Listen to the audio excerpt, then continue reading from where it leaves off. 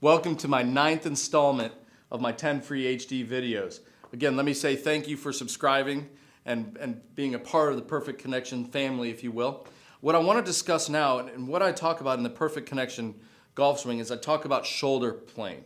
And I've had some questions about that. I want to answer those questions for you right now.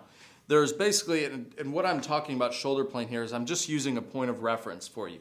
There are certain areas that if you've ever seen people draw lines on the swing or on a person's setup, if I drew a line from that hosel up that shaft, basically running through me, that's what we would term shaft plane. Some traditional golf swings will basically draw a line from the hosel up through the elbow here and through me. That is elbow plane. You've also heard of Hogan, Ben Hogan. He talked about the pane of glass that kind of went up through his neck. What I do is I draw a line from the hosel, a straight line, up through my shoulder. Why is this important? Because again, it's just a point of reference for us to discuss when we're looking at swings.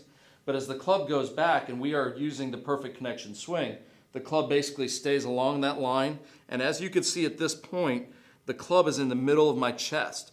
That is important. Why do we want that? Well, if you held a heavy weight, you would hold it in front of you. You wouldn't want to hold a 100-pound dumbbell over here. You'd hold it in front of you.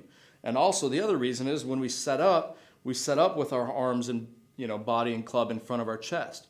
We want to keep that relationship the same as it goes back. So when we're here, again, what you'll see is that this shaft plane would be more there, elbow plane would be there, more shoulder plane is where the club is this way. Why is that important? Because it's lighter. Go ahead and hold the club. Now we don't want it vertical because that's going to put us on a plane that we don't want. But again, as we go here, it's shoulder plane, the club goes to the top, and on the way down it works on the same swing plane. Now, what I want you to understand, that having the club come down on the shoulder plane is different than being over the top.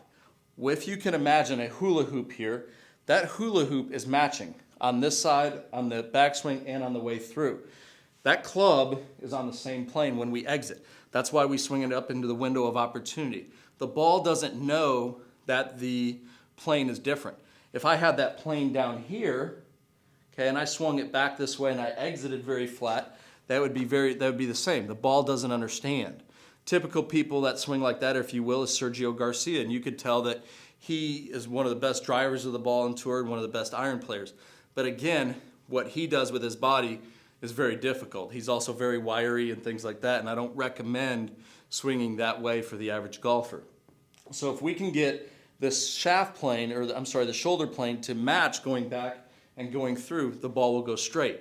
The great thing about this also is that most golfers already have this issue of the club coming over the top. And again, for most golfers, what they do is the club comes over the top and exits low, left. That's where the hula hoop doesn't match.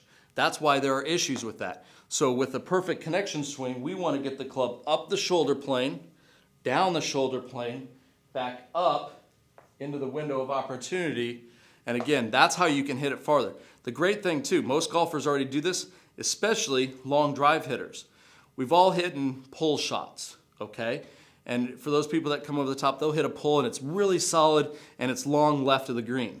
Again, why is it long left? Because it's coming over the top, exiting left. If we can get that same swing plane, but here and exiting where we want it through the shoulder plane, the ball goes farther. This is the swing plane that every long drive hitter uses. There's not one that's down here, on the shaft plane or even elbow plane.